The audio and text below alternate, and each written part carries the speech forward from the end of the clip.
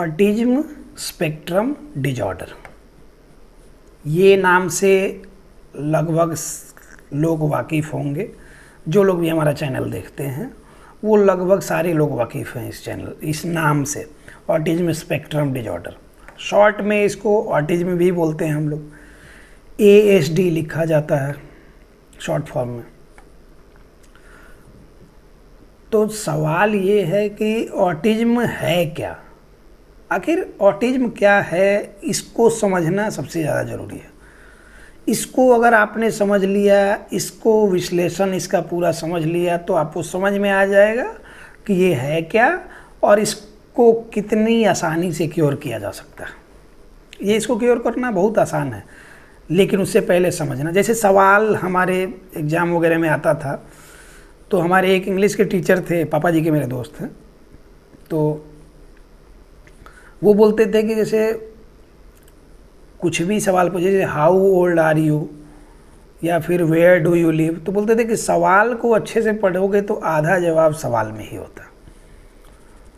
तो वो बताते भी थे कि देखो यहाँ से क्या क्या उठा के ऐसे सेंटेंस बना सकते हैं, इसका रिप्लाई लिख सकते हैं। वो चीज़ें हमको याद है, पहले क्लास 1-2 की बात है। संत जेवियर्स स्कूल मेरे गांव में ही है, तो उससे हम लोग पढ़े हुए थे, तो उनमें वो सारी चीज़ें बताई गई थी। वो चीज़ें अभी तक याद है हमको। तो उसी तरह का क्या होता है कि ऑटिज्म अपने आप में एक बहुत बड़ा रहस्य है, एक सवाल है जिसका जवाब अभी पूरी दुनिया ढूंढ रही है। आधे अधूरे में ही सब लोग भटके हुए हैं और इसी में गोल मटोल सब लोग घूम रहे हैं। तो इसको आज पूरा इसका विश्लेषण एनालिसिस करके समझेंगे। वीडियो के अंत तक आप लोग बने रहिएगा। इसमें बहुत सारे ऐसे सीक्रेट ये हैं जिसको जान के आप क्या है ना कि घर पे भी इसको क्योर कर सकते हैं और बिना परेशान हुए, बिना पैनिक हुए भी ये क्योर हो सकता है। मेंटल स्ट्रेस लेने की, एंजाइटी लेने की ज़रूरत नहीं होती।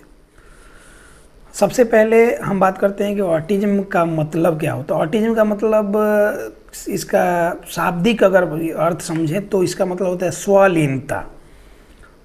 स्वलीनता, स्व मतलब कि सेल्फ, और लीनता मतलब कि सेल्फ सेंटर्ड होना, खुद में ही सेंटर्ड रहना, अपने आत्म केंद्रित भी बोलते हैं इसको।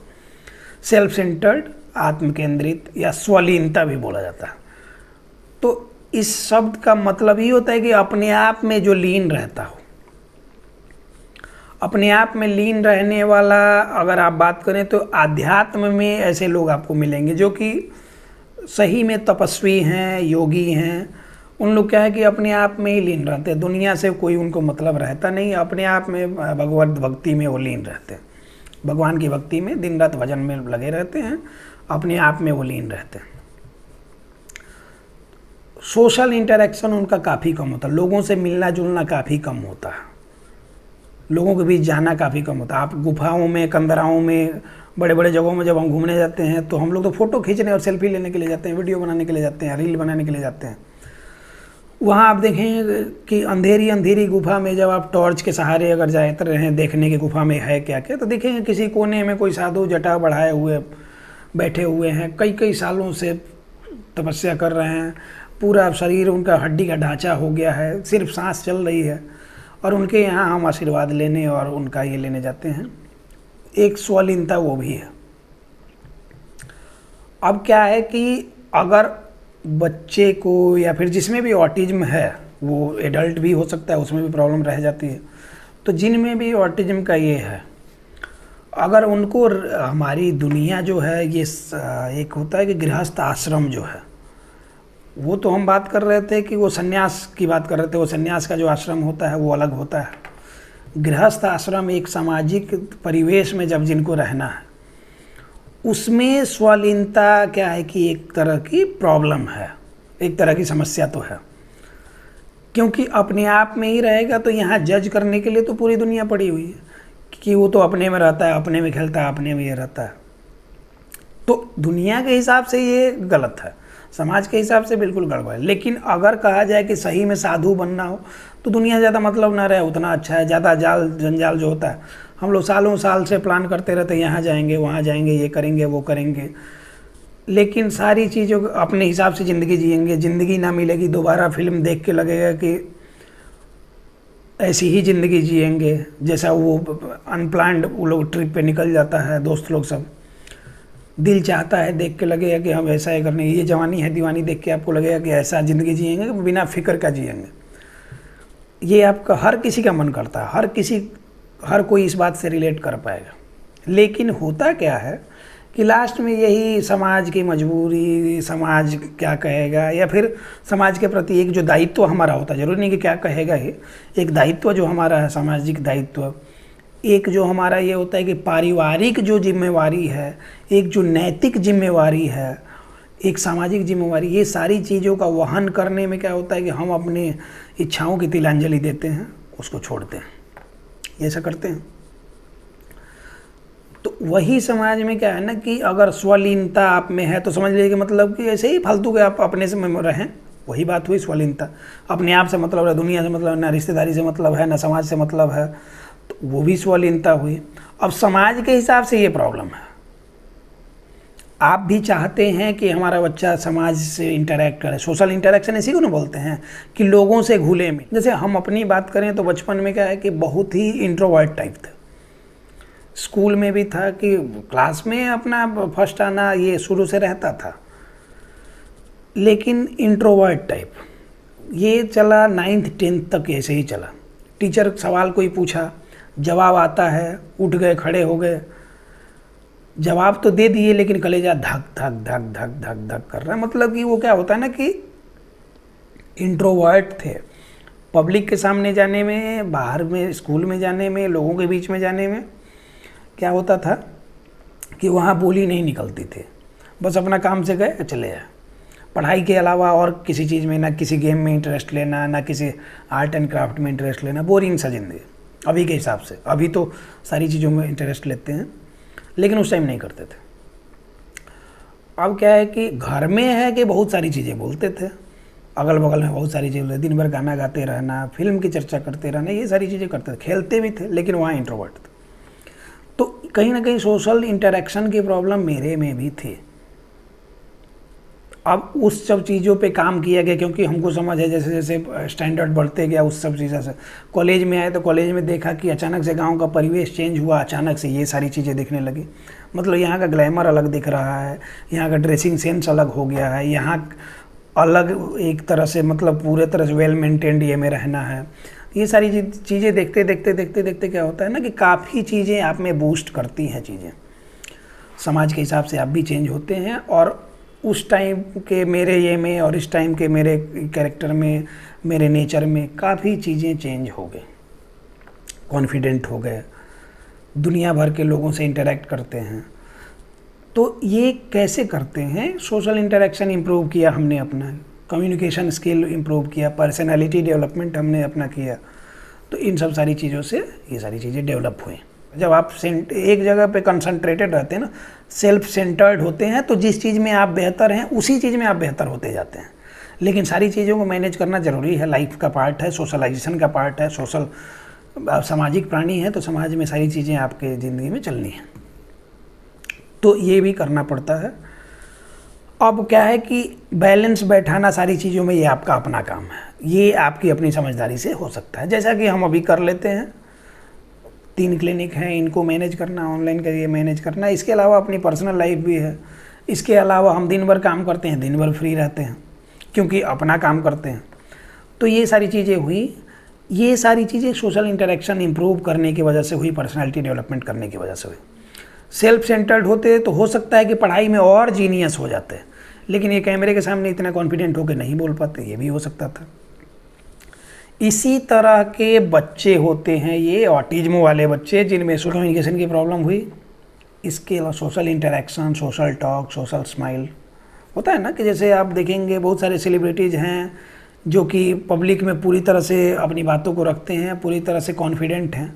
जैसे कि शाहरुख खान का एग्जाम्पल बार बार हम देते हैं। अब वहीं एक एग्जाम्पल में सनी देओल को उठा लें तो वो पब्लिक अपीयरेंस ना के बराबर है उसका, क्योंकि वो काफ़ी शर्मिला, इंट्रोवर्ट टाइप। तो है कि उसी इंडस्ट्री से 2 लोग हैं, दोनों बहुत बड़ा नाम है, लेकिन एक का नेचर अलग, दूसरे का नेचर अलग। इसी तरह का क्या होता है कि बच्चे लोगों में भी अब जिन बच्चों में सोशल कम्युनिकेशन की प्रॉब्लम है बस वो अपने आप में सीमित रहेंगे, घर में दिन भर बड़ बड़ बड़ बड़ बड़ बड़ बड़ बड़ बड़ बड़ बड़ बड़ बच्चे करते रहेंगे, बाहर में जाएंगे या बाहर ही कोई आदमी आ गया उसके सामने बिल्कुल बोलती बंद, ये भी सोशल इंटरेक्शन की प्रॉब्लम है। ये चीज़ें, अब जैसे स्वलीनता की बात पे हमने इतनी सारी बातें समझाई, अब बात करते हैं कि ये होता क्यों है और इसको मैनेज कैसे करें।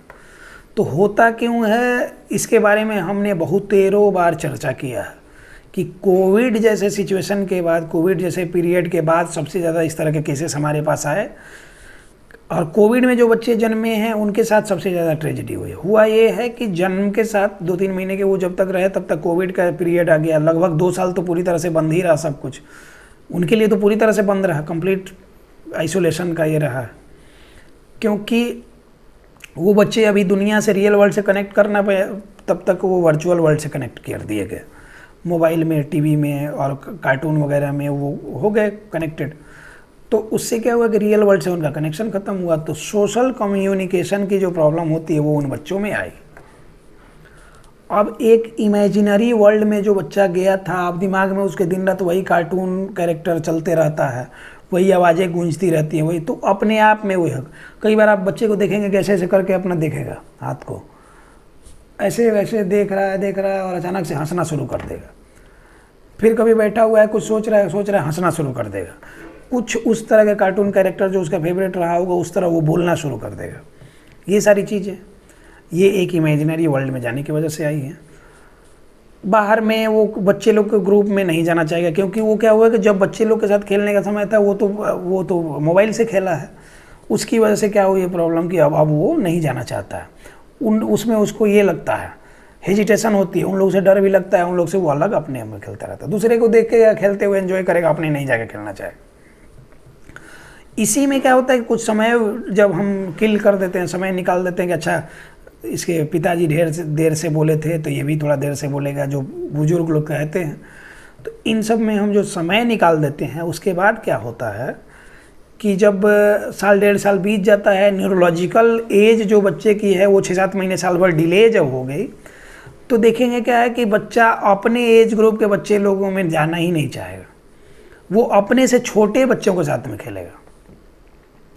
थोड़ी बहुत इस तरह की प्रॉब्लम आपको कोई मिल गया फिल्म में, जो ऋतिक रोशन का जो कैरेक्टर रहता है उसमें भी वैसा मिलेगा कि उसकी हाइट उतनी बड़ी, वो उतना बड़ा है भी, लेकिन अपने से छोटे छोटे बच्चों के साथ वो घुला मिला रहता है, वो भी उसी तरह की प्रॉब्लम है।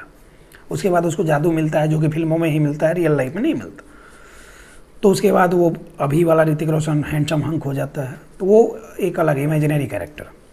तो ये सारी चीज़ें जो होती हैं कि वो बच्चा अपने एज ग्रुप में इसलिए नहीं जाना चाहिए क्योंकि उस एज ग्रुप के हिसाब से वो फिट नहीं बैठ रहे, उसकी थिंकिंग, उसका way of talking, way of pattern of talking जो होता है, उसका पैटर्न ऑफ जो ये होता है बिहेवियर जो उसका अपना है, वो उन बच्चों के हिसाब से सूटेबल नहीं होता। इसलिए क्या करता है कि अपने से कम एज ग्रुप के बच्चों के बीच में वो बच्चा ज़्यादा कंफर्टेबल फील करेगा। 6-7 महीने साल भर से कम वाले बच्चे के बीच में उसको लगेगा कि हाँ ये मेरे एज ग्रुप के हैं। तो फिजिकल एज उसकी भले बढ़ी, लेकिन न्यूरोलॉजिकल एज में वो डिले है, इसलिए अपने से एज ग्रुप से कम छोटे एज ग्रुप वाले बच्चे को साथ में कंफर्टेबल फील करता है। तो ये सारी चीज़ें तो होती हैं, ये कारण इस तरह का हो गया। कुछ कारण ये होते हैं कि अब जैसे न्यूक्लियर फैमिली की बात हम हमेशा करते हैं, प्रॉपर पेरेंटिंग नहीं होने की वजह से भी ये होता है, पेरेंट ध्यान नहीं दे पाते हैं, और जब तक बच्चे का ये समझ में आता है तब तक उनका समय निकल गया होता है।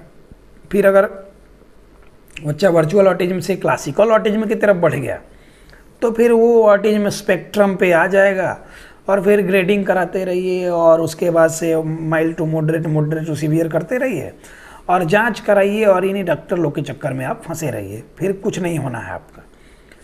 हाँ, जिन लोगों को हम मिल गए तो क्या है कि काफ़ी हद तक सॉल्यूशन हो सकता है। देर आए दुरुस्त आए वाली बात होती है। बहुत सारे लोग बोलते हैं कि सर पहले आपके बारे में पता नहीं था, इतना समय हमने वेस्ट कर दिया। आज ही तो एक कर्नाटका से मैडम थी, उनकी बच्ची है 5.5 साल की, 2.5 साल से वो थेरेपी करा रही हैं, लेकिन 2.5 साल से थेरेपी के बाद भी कुछ भी इम्प्रूव नहीं किया उसमें।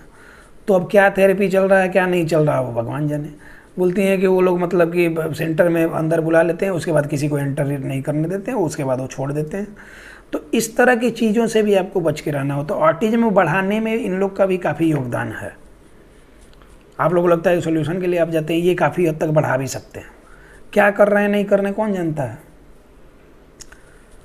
अब इसी में बात करते हैं कि कुछ जो दवाओं की पद्धति जो है, जो हमारा मेडिसिन का सिस्टम जो है, हमारा मेडिकल का जो फील्ड का जो सिस्टम है, उन सब का रोल भी होता है इसको बढ़ाने में। अब वो कैसे पूछेंगे आप, तो देखिए क्या होता है। अभी बहुत सारे लोग, लगभग शहरों के, चंडीगढ़ से ज़्यादातर लोग मेरे साथ जो जुड़े हैं वो बताते हैं, चंडीगढ़ से, मोहाली से, हरियाणा से, ये सारे लोग जो जुड़ते हैं, ये सारे लोग बताते हैं कि होम्योपैथिक ट्रीटमेंट हम करा रहे हैं बच्चे का, लेकिन प्रेस्क्रिप्शन नहीं दिया जाता है। सिर्फ दवाएं लिफाफे में बंद करके भेज दी जाती हैं, उसका पैसा ले लिया जाता है, प्रेस्क्रिप्शन नहीं दिया जाता है। इसकी वजह से भी प्रॉब्लम हो सकती है। बच्चे में कभी चिड़चिड़ापन आ जाए, कभी कुछ भी आ जाए, और वो डॉक्टर उसके बाद अवेलेबल नहीं हो, जो आपसे डायरेक्टली बात नहीं कर रहा है वो आपके लिए अवेलेबल तो नहीं होगा। कंपाउंडर उठाएगा, झूठ मूठ के बोल देगा कि नहीं वो तो नहीं अवेलेबल है, वो भले खाली बैठे हुए हैं, नहीं मतलब, लेकिन वो अवेलेबल नहीं है, वो उसको वो अपना बाहरी भौकाल बनाना है। तो प्रेस्क्रिप्शन आपके पास रहना चाहिए, तभी आप समझेंगे ना कि सही डीए के पास गए हैं। आप सिर्फ यूट्यूब से देख के कैसे मान सकते हैं कि हाँ वो ओरिजिनल आदमी है कि नहीं है, या फिर कोई फेक तो नहीं है। नहीं होगा, मान लेते हैं, लेकिन फेक नहीं होना चाहिए। आपका ये अधिकार बनता है कि प्रेस्क्रिप्शन आपको ओरिजिनल एक चाहिए होता है, एक प्रूफ के तौर पे, कि बाद में किसी तरह की कुछ प्रॉब्लम हुई तो हम उनसे ट्रीटमेंट करा रहे थे, ये चीज़ें चल रही थी, ताकि आप क्लेम कर सकें। तो ये आपको समझना है। तो नहीं समझते हैं तो क्या है कि उल कुछ दवाएँ इधर उधर के करके दे दी जाती हैं। हमारे क्या है कि एक प्रैक्टिशनर को हम जानते हैं, होम्योपैथी के वो प्रैक्टिस करते हैं, वो साथ में एलोपैथी भी प्रैक्टिस करते हैं। वो क्या करते हैं कि जब जाइएगा दवा लेने के लिए तो वो कोई भी दवाई देंगे, एलोपैथी की दवाई जनरली देते हैं, लोग उनको होम्योपैथ समझ के जाते हैं, लेकिन वो एलोपैथी की दवाइयाँ भी रखते हैं। देखते हैं कि क्योंकि होम्योपैथी क्या है ना कि वो साधना की चीज़ है, उसको अच्छे से साधा जाएगा, उसमें काफ़ी समय डुबाया जाएगा, समय लगाया जाएगा, पूरी तरह से उसमें घुसना होगा, तब होम्योपैथी समझ में आता है। ऐसे ही नहीं समझ में आता, ऊपर से R1 R2 करके नहीं समझ में आएगा कि बाल झड़ रहा है तो इतना नंबर उठा लो, केस झड़ रहा है तो उतना नंबर उठा लो, नहीं, उससे कोई फ़ायदा नहीं होना, वो पेटेंट के फेर में पड़ना ही नहीं। तो वो है कि अब जिस आदमी को प्रैक्टिस नहीं ये होगा तो अब नहीं, अब होता है ना कि सही से आप नहीं पढ़ेंगे, सही से आप नहीं समझेंगे, दूसरे ये में भागेंगे, दूसरे का फील्ड आपको अच्छा लगेगा। तो वो क्या करता है कि जैसे दवाएं क्या करेगा, खोल के, अगर मान लिया कि जैसे फ्लेक्सॉन उसने दिया, आइबुप्रोफेन होता है उसमें और पैरासीटामोल शायद होता है, तो वो जो दिया गया फ्लेक्सॉन, तो उसमें क्या करेगा कि उसको काटेगा और उसका रैपर खोल के और वो एक पन्नी में डाल के और उसमें पिन मार के देगा, कि मतलब लोगों को पता ना चले कि उसने दवा क्या दिया। तो ऐसे लोगों से बच के रहना होता है। ये प्रॉब्लम क्रिएट कर सकते हैं और सारी चीज़ें प्रॉब्लम आपकी बढ़ा सकते हैं। कुछ डॉक्टर्स लोग का रोल भी इसमें होता है कि आपके बच्चे को क्या है कि अभी थोड़ी सी प्रॉब्लम शुरू हुई है, 1.5-2 साल का है ही, जबकि उसके अभी एज भी पूरा ये नहीं हुआ कि आप उसको कह सकें कुछ प्रॉब्लम है। आप वीडियो देख के आप हड़बड़ा जाते हैं और उसके बाद जाते हैं तो उन लोग बोलते हैं कि हाई रिस्क ऑटिज्म है, जबकि 3 साल के एज से पहले किसी तरह का क्लासिकल ऑटिज्म का ये हो नहीं सकता। तो हाई रिस्क ऑटिज्म है, रेड फ्लैग है और क्या क्या फ्लैग दे देते हैं। उसके बाद अब पेरेंट्स लोग परेशान, और उसके बाद बिना चीज़ों को समझे हुए इधर से उधर बेचारे भागते रहते हैं, परेशान होते रहते हैं। ये भी प्रॉब्लम है। तो ये सारी चीज़ें हैं प्रॉब्लम क्रिएशन की, प्रॉब्लम क्रिएट करती हैं। अब लास्ट में हम बात कर लेते हैं कि अगर ऑटिज्म है या फिर उससे एसोसिएटेड कोई भी प्रॉब्लम है तो उसका मैनेजमेंट कैसे कर सकते हैं। तो जैसा कि स्टार्टिंग में मैंने बताया कि सेल्फ सेंटर्ड है तो पब्लिक के बीच में लेके जाएंगे, सोशल कम्युनिकेशन की प्रॉब्लम है पब्लिक के बीच में लेके जाएंगे, सोशल इंटरेक्शन वहाँ करवाएंगे, पार्क में लेके जाएंगे, मॉल में लेके जाएंगे, गांव में घर है तो गांव में लेके चले जाएंगे। गांव में बच्चे दिन भर अपना पैंट खोल के इधर से उधर दौड़ते रहेंगे, उन्हीं के बीच में इसको भी धूल मिट्टी में खेलने देंगे, धूल मिट्टी से बचा के, मच्छर से बचा के ओडोमॉस लगा के रखेंगे, कुछ भी फ़ायदा नहीं होगा। गाँव में खेलने के लिए भेज देंगे तो बच्चा आपका काफ़ी हद तक इम्प्रूव कर जाएगा। और जब सोशल इंटरेक्शन इंप्रूव कर जाए उसके बाद जो सेंसरी इशूज़ हैं उसके लिए आप थेरेपी करें, हमारे साथ आप ऑनलाइन सेशन में जुड़ जाएं और ऑनलाइन सेशन में जुड़ के होम प्लान आप ले लें, और मंथ में सिर्फ 10 दिन हमारे साथ जुड़ना होता है। नॉमिनल चार्ज है, उसके लिए कोई ज़्यादा खर्च होता नहीं है। जितना आप जांच में बर्बाद कर देते हैं, इधर उधर दौड़ने में बर्बाद करते हैं, वो एक जगह स्थिर होकर आपको घर पे सारी चीज़ें समझा दी जाती हैं। घर पे आप करेंगे, बच्चा आपका इम्प्रूव कर सकता है। तो जो लोग भी हमारे साथ जुड़ना चाहते हैं, ऑटिज्म फ्री इंडिया बनाने में हमारा सहयोग करना चाहते हैं, उसके भागीदार बनना चाहते हैं, तो आप इस नंबर पे हमसे संपर्क कर सकते हैं। 2 PM to 4 PM में मंडे टू सैटरडे मेरे से पर्सनली आपसे बात हो जाएगी। अगर नहीं बात हो पाती है, मेरे से कॉल नहीं रिसीव हो पाता, तो ये हमारा व्हाट्सएप का नंबर है, इस पे आप मैसेज कर सकते हैं 24/7। Autism is curable, be aware, be positive. इन्हीं सब बातों के साथ इस टॉपिक को क्लोज करते हैं। मिलते हैं किसी नेक्स्ट टॉपिक में। धन्यवाद।